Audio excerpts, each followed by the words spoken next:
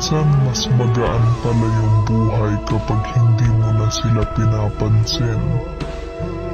Kasi bakit mo pa uunahin ang mga taong plastic kung kaya mo namang unahin ang sarili mo na totoo at marunong magmahal? Hindi ako naging malamig. Napagod lang akong intindihin ang mga taong hindi marunong